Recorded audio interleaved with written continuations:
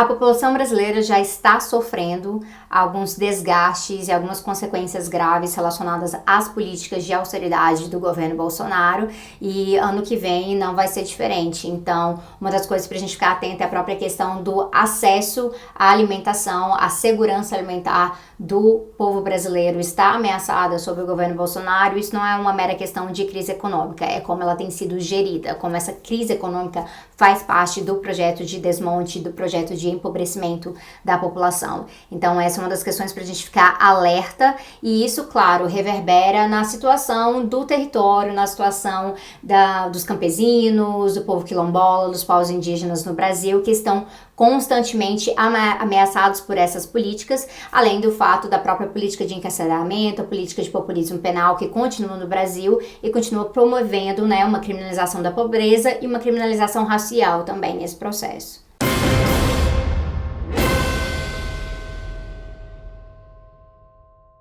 Meu nome é Sabrina Fernandes, eu sou socióloga, sou também produtora do canal Tese 11 no YouTube, e eu fui convidada pela Carta Capital para falar sobre as perspectivas para 2020 no Brasil.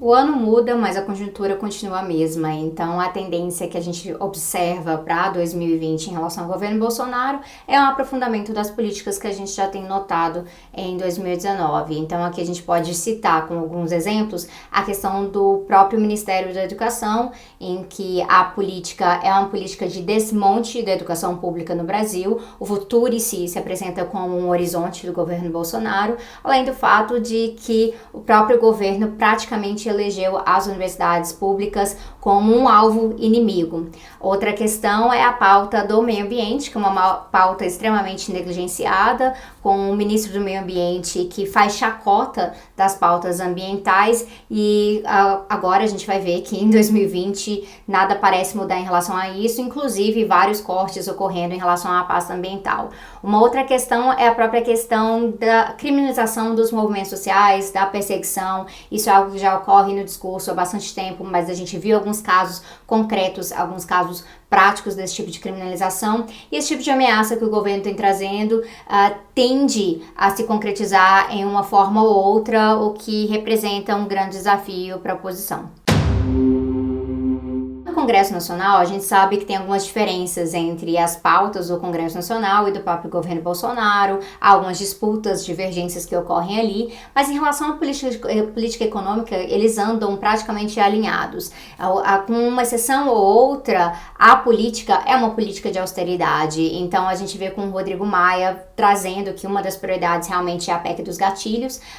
para que eles possam promover, por exemplo, o corte de jornadas com corte salarial para servidores no caso de contas públicas passando dos limites e coisas assim. Além disso, a gente sabe que eles têm também no horizonte questões como uma reforma tributária, uma reforma administrativa, que claro, não vai ser no sentido progressista que nós buscamos, muito bem pelo contrário. Atualmente, Lula está livre e isso cumpre um papel importante nos debates que a esquerda tem tocado, nos debates da oposição. A gente sabe que o governo Bolsonaro não quer deixar barato, então eles têm mobilizado, principalmente o ministro Sérgio Moro, tem mobilizado no sentido de rever as questões relacionadas à prisão em segunda instância para que Lula volte à prisão. Mas caso ele permaneça solto, Lula, a gente sabe, vai cumprir um papel muito importante, tanto relacionado às eleições municipais, por conta da simbologia por trás da figura do Lula, o apoio que ele traz, mas também um papel importante caso ele realmente viaje o Brasil mobilizando as pessoas. Agora, o ponto de diferença em relação a isso é o quanto que essa mobilização será voltada para a figura da construção do Lula, olhando para 2022, ou se vai ser uma construção voltada para uma mobilização, pensando até mesmo no caso de uma derrubada do Bolsonaro, uma derrubada desse governo. Revolta popular não se constrói na base de convocatória. Eu tenho visto muitas pessoas mencionarem, por exemplo, por que no Brasil as pessoas não estão se levantando da mesma forma que os chilenos. Mas os chilenos já estão se levantando há bastante tempo. A gente pode olhar aqui como exemplo as próprias revoltas feministas no Chile e como elas têm acumulado e trazido bastante força. É por isso que a repressão no Chile, a repressão do Pinheiro, o Pinheira tem focado na questão das mulheres, reprimindo mulheres com estupros e outras formas de violência. violência. Mas no Brasil, para a gente ter o tipo de revolta popular que é necessária para realmente se levantar contra o governo Bolsonaro e fazer a diferença, a gente precisa de um maior nível de articulação a partir da base. Isso envolve também com a esquerda e as suas lideranças tentarem recobrar o nível de confiança com a população para além da base estrita do sindicato, do movimento, do partido. Então, o que nós poderíamos até ver é algum nível de revolta popular espontânea, mas a capacidade disso realmente se alongar e virar um processo orgânico, essa capacidade vai depender da capacidade de organização prévia também, então da tarefa de casa que a esquerda tem que fazer. O novo partido do Bolsonaro é um partido abertamente fascista e o que torna ele mais perigoso ainda, porque além de ser um partido fascista, é um partido fascista que está no governo, tanto através do executivo quanto através de diversos outros cargos, eleitos ou não. Então a gente vê que o nosso desafio de uma construção antifascista, ele é extremamente real, porque além da Aliança pelo Brasil estar mobilizando assinaturas com as suas pautas, que são pautas abertamente antidemocráticas, anticlasse trabalhadora, anticomunistas e assim por diante, a gente vê que vários outros grupos, coletivos e indivíduos têm se empoderado através desse processo. Então há um perigo real de articulação do fascismo nas instituições, o que demonstra que não será possível derrotar o fascismo apenas nas urnas, apenas através dessa disputa institucional. A gente tem muito a construir pela frente, mas o partido do Bolsonaro, ele é realmente um passo adiante, demonstra que eles estão com bastante ousadia, bastante coragem para avançar no discurso e na prática fascista no Brasil. O Luciano Huck, ele representa uma certa ala mais de centro liberal que prega moderação como uma forma de superar os desafios que têm sido trazidos por um governo de extrema direita. Então se coloca que se os extremos estão sendo tão problemáticos, seria necessário apelar para o centro, pontes de diálogo, e a gente sabe que isso ocorre dentro dos termos de uma economia liberal, dos termos de normalização do capitalismo. E é isso que a gente vê na figura do Luciano Huck e tantas outras que têm pregado moderação em vez de uma radicalização para realmente ir à raiz do problema que a gente encontra, que tem a ver com o capitalismo, que tem a ver com um sistema democrático que nunca foi democrático para todo mundo. Então ele é facilmente ruído, ele é facilmente transformado em um processo de desdemocratização como a gente enfrenta hoje em dia. A figura do Luciano Huck é apenas mais uma delas, mas a gente sabe que tem uma simbologia importante, ele tem acesso à imprensa e tem pessoas que já têm um certo nível de confiança nele, porque eles já estão acostumados a ver o seu rosto, ouvi-lo falar, e ele também tem adentrado vários outros meios, então ele não está simplesmente naquele meio que ele ocupava antes, ele está tentando realmente influenciar a política através de vários grupos, então é importante a gente ficar atento.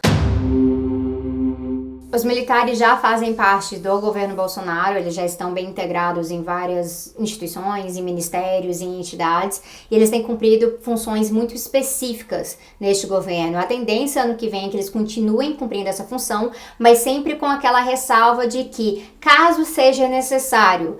falar do poder militar, caso seja necessário falar da influência dos generais, eles vão vir à tona, eles vão tentar influenciar o debate político e, caso seja necessário também, intervir a partir da repressão. Essa tendência de criminalização dos movimentos sociais, ela é crescente e nós não podemos deixar de cogitar que o próprio exército, que as próprias forças armadas venham a fazer parte disso.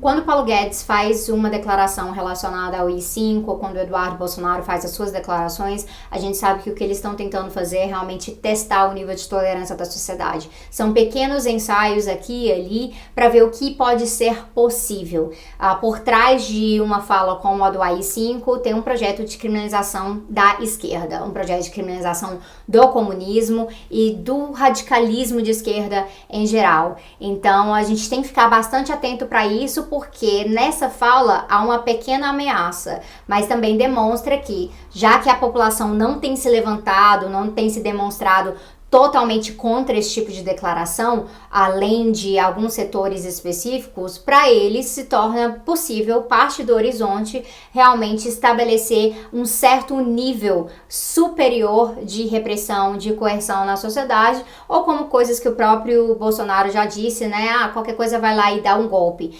Então, para algumas pessoas parece que é uma brincadeira, que não é isso que quer dizer, mas na verdade eles estão realmente testando esse nível de tolerância, então claramente isso é razão pra gente ficar preocupado.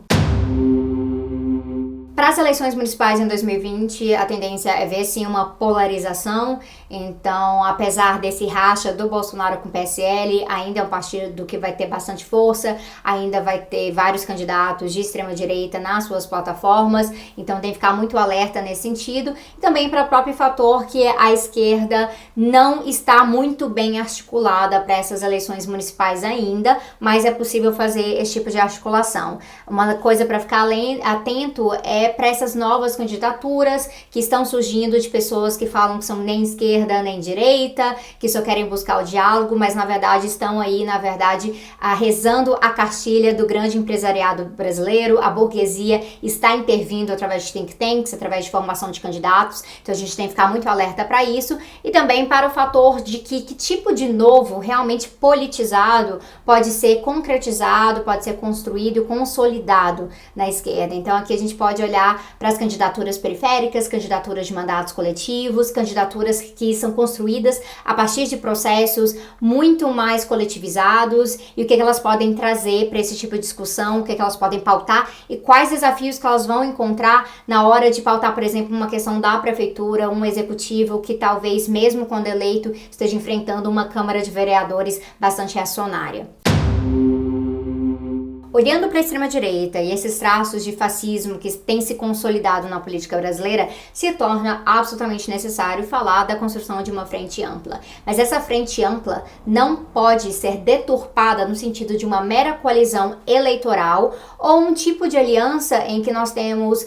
lideranças de esquerda, candidatos de esquerda, políticos de esquerda, que se juntam em um certo lugar, fazem certos acordos e falam, olha, essa organização agora faz parte de uma frente ampla, agora fazem parte de uma grande articulação contra o governo Bolsonaro. Uma frente ampla real, ela só vai ser possível se ela vier a partir da construção da classe trabalhadora, porque é de onde vai vir o poder, o lastro, para realmente construir algo que coloque medo no governo Bolsonaro. Senão, realmente não vai passar de uma questão protocolar e que, inclusive, pode acabar estando muito favorável a aceitar algumas contradições nesse processo. Quando se fala, por exemplo, de uma frente ampla que traz setores da direita liberal, que podem parecer que são oposição ao governo Bolsonaro, mas quando a coisa aperta, acabam votando junto. Então a gente tem que ficar muito desconfiado desse tipo de processo e não cair num fetiche, numa fantasia sobre uma frente ampla que é um método e não é realmente uma construção a partir da raiz.